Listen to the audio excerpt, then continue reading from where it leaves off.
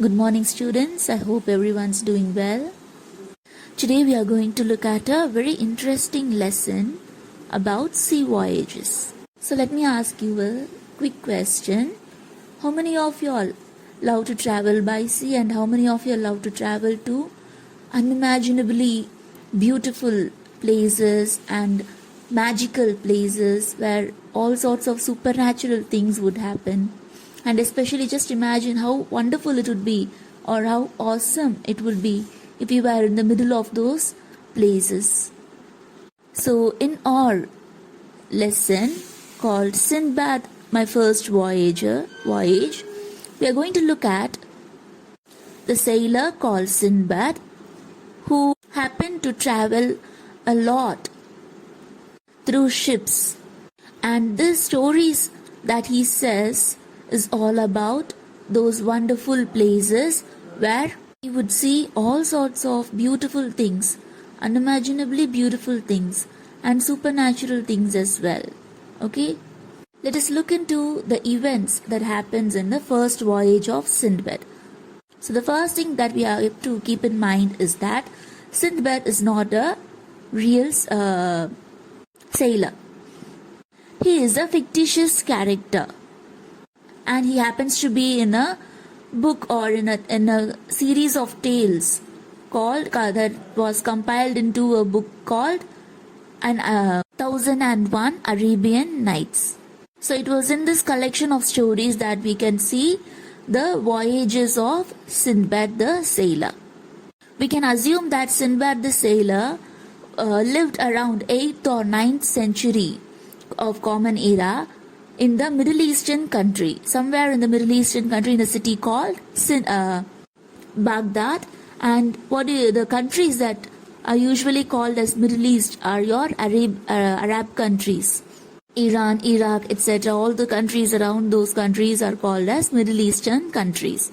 So this sailor named Sinbad starts narrating his tale, his adventurous stories, all the wonderful things that he had seen in his time, to a younger sailor also by the name of Sinbad.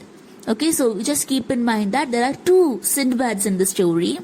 The first one is the older sailor, and he is narrating his experiences on the sea to a younger sailor, or to a younger and poorer man called Sinbad, so as to encourage the young Sinbad to work hard and achieve success in his life. Okay, so this story that is given to us is the story narrated by the old Sinbad, and it is about his first sea voyage.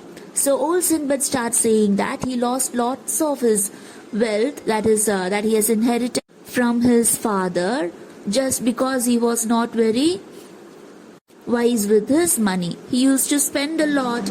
He used to do lots of things that just comes out as an utter waste of money. Okay, and he also admits that he was very foolish and young, and that is the reason to lose most of his money inherited from his father. And he realized this only when he was all out of money. And then he started to work hard, and then he got on a ship with some goods to sell abroad and make money. Okay, on his very first voyage, he says that all the ship and the crew members were happily sailing through the sea when they immediately saw a small, beautiful green island. And when these sailors saw a small, beautiful green island, they thought that it would be a good idea to get off the ship and have a small little picnic on the beautiful island there.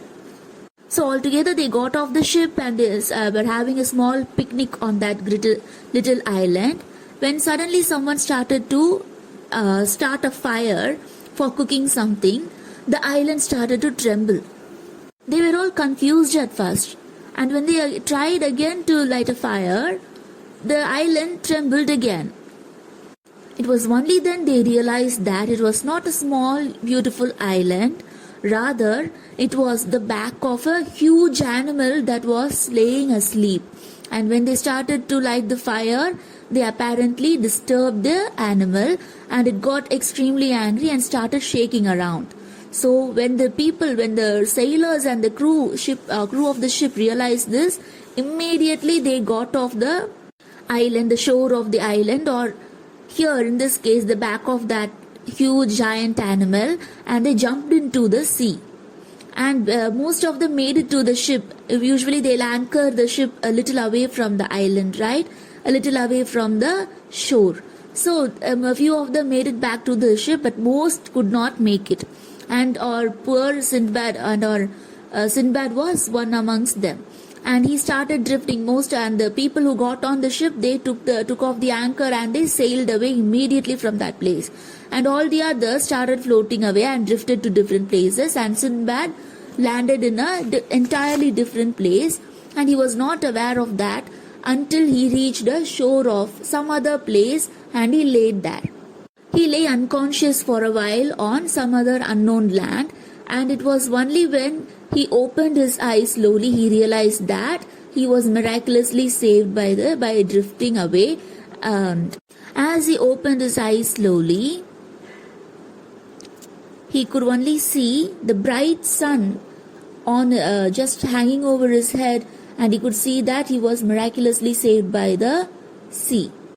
Then he managed to eat some of the herbs that grew around that part, and when he was just walking aimlessly, he just happened to meet a strange man there. When the stranger asked about Sindbad, Sindbad started to pour out all his misfortune to the sailor. So the sailor took pity on him, and then he took him into his place, and then Sindbad realized that this place that this stranger took him to was actually a cave, and inside that cave a number of men who were slaves of the king of that island met all Sindbad's needs, and they fed him, clothed him, they did whatever they could do to make him presentable in front of the king. Now the name of the king of that island was Mihrajan, and he listened to Sindbad's misfortunes and how he landed, and the story on how he landed upon his island, and he sympathized for him, and he also made Sindbad an officer on the spot. So Sindbad was watching all these ships, various ships just come and go on the island, and he decided that he would inquire about his city of Baghdad, whether any of those ships would identify or remember that particular place. But to his misfortune, none of them knew about Sindbad's city. And gradually Sindbad lost all hope of going back to his city, because none of the ships and the crew knew about his city. But suddenly one day what happened was, the ship on which he boarded initially came to that island, and the ship's captain immediately recognized Sindbad, and both of them met and they exchanged their stories. The captain of that ship as well as the crew members were happy and thrilled to see Sindbad alive, and even they just kept some of his goods back because they weren't really sure whether he was dead or alive, and they gave back some of Sindbad's business goods back to him so that he could do business, and Sindbad promptly made money on that island by doing some good business with the goods from his ship. Then when it was time to take his leave from the island, he met with King Mihrajan, and he took his leave from the island. And before going, King Mihrajan just showered him with lots of valuable gifts and sent Sindbad home happily. So when Sindbad completed this tale, the story of his first voyage, the poor Sindbad was so elated and he was so curious as to know what would be other stories that this old Sindbad has to unfold.